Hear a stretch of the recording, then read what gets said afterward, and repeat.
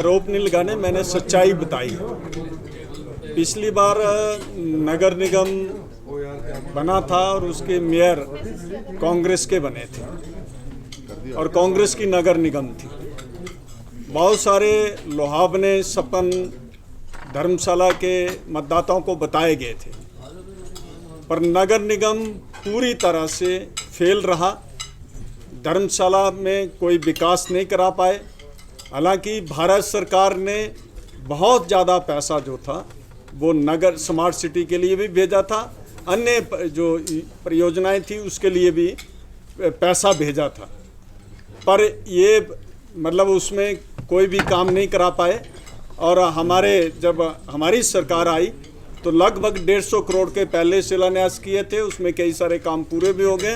अब 95 करोड़ के शिलान्यास अभी हाल में हुए हैं, तो विकास के कार्य जो वो अब शुरू हुए हैं और धर्मशाला की जनता ये सब बातें जानती है। और इस बार भारतीय जनता पार्टी का नगर निगम बनेगा और मेयर भी भारतीय जनता पार्टी का बनेगा। सर, अंडरग्राउंड डस्टबिन को लेकर भी आपने सवाल खड़े किए हैं, तो इसको लेकर क्या कहेंगे? देखिए, अंडरग्राउंड डस्टबिन में भ्रष्टाचार ने घोर भ्रष्टाचार हुआ है और वो धर्मशाला का हर जन उसको जानता है और जनता अब अपना निर्णय देगी, क्योंकि लोकतंत्र में सबसे बड़ा अगर कोई अदालत है तो जनता की अदालत है और जनता अपना निर्णय 7 तारीख को वोट के माध्यम से देने जा रही है। पहले क्योंकि प्रदेश में भाजपा की सरकार है और केंद्र में भी कई गंभीर आरोप पूर्व मंत्री पर लग रहे हैं, इसकी जांच अभी तक क्यों नहीं कर पाई सरकार? देखिए, कोई चीज़ यहाँ आकर ख़त्म नहीं हो जाती।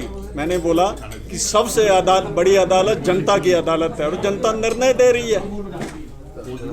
कंप्लेंट की है, फिर उसके बाद हमने इस कंप्लेंट को जो है शिमला में भी जो आईटी के रजिस्ट्रार है उनको भेजा, उनसे भी वेरीफाई होकर हमें ये वापस आ गई कि ये ऐसे हमारे पास कोई रिकॉर्ड उपलब्ध नहीं है। अब इसमें डराने वाली बात कौन सी है और धमकाने वाली बात कौन सी? उल्टा चोर कोतवाल को डांटे। एक तो आप प्रत्याशियों के बिना सर्टिफिकेट अटेस्ट किए हुए कर रहे हैं। अब मंडे को हम इसमें इलेक्शन कमीशन में भी फाइल कर रहे हैं और हाईकोर्ट में रिट फाइल भी कर रहे हैं ताकि इनके चुनाव को रद्द किया जाए, क्योंकि हमने एक दिन लेट ये प्रक्रिया मूव की है, क्योंकि हमें कंप्लेंट एक दिन लेट प्राप्त हुई। तो ये मैं एक क्लैरिफिकेशन आपके बीच में करना चाहूँगा कि जो आज बयान दिया गया बड़े हर अखबार में कि बदमाशी करने का प्रयास, डराने का प्रयास, सरकार का दुरुपयोग का प्रयास, ऐसा कुछ नहीं है। केवल इनसे ये लगता पता कि कितना खोखलापन है कांग्रेस के कैंडिडेट्स में और कांग्रेस की लीडरशिप में, कि आपको ये भी नहीं पता कि जिसका आप एसटी रिजर्व सीट से नॉमिनेशन महिला का करा रहे हैं उसके पास एसटी का कोई सर्टिफिकेट उपलब्ध नहीं है और वो जाली सर्टिफिकेट लगा के नॉमिनेशन भरना चाह रही है। ये क्रिमिनल केस इनके ऊपर लॉन्च होना चाहिए या हम इसके ऊपर गुंडागर्दी कर रहे हैं, ये आपके माध्यम से मैं पब्लिक को बताना चाहूंगा।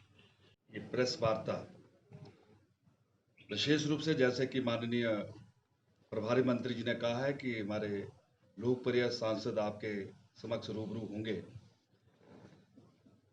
ये हम सबके ध्यान में है कि माननीय सांसद कांगड़ा लोकसभा का मूल क्षेत्र धर्मशाला ही है और श्रीमान किशन कपूर जी का इस धर्मशाला विधानसभा हलके से एक लंबा संबंध रहा है। एक बार नहीं बल्कि 5 बार आप धर्मशाला का प्रतिनिधित्व कर चुके हैं और सरकार में 3 बार आप मंत्री पद के रूप में भी प्रदेश की सेवा कर चुके हैं। पिछले कई दिनों से आपके धर्मशाला में प्रवास भी हो रहे हैं, लेकिन पार्लियामेंट सत्र के कारण आपका धर्मशाला में आना नियमित रूप से संभव नहीं हो पा रहा था। परसों ही पार्लियामेंट समाप्त हुई है और आज हम सबके बीच में है।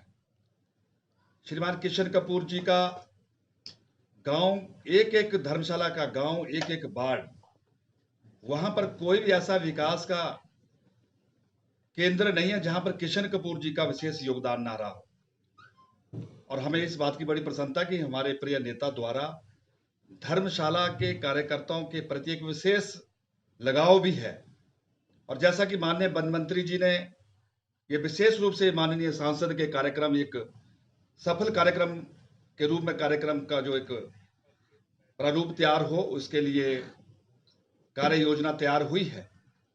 और माननीय सांसद इस नगर निगम के चुनाव तक लगातार अनेकों जनसभा को जो संबोधित भी करेंगे।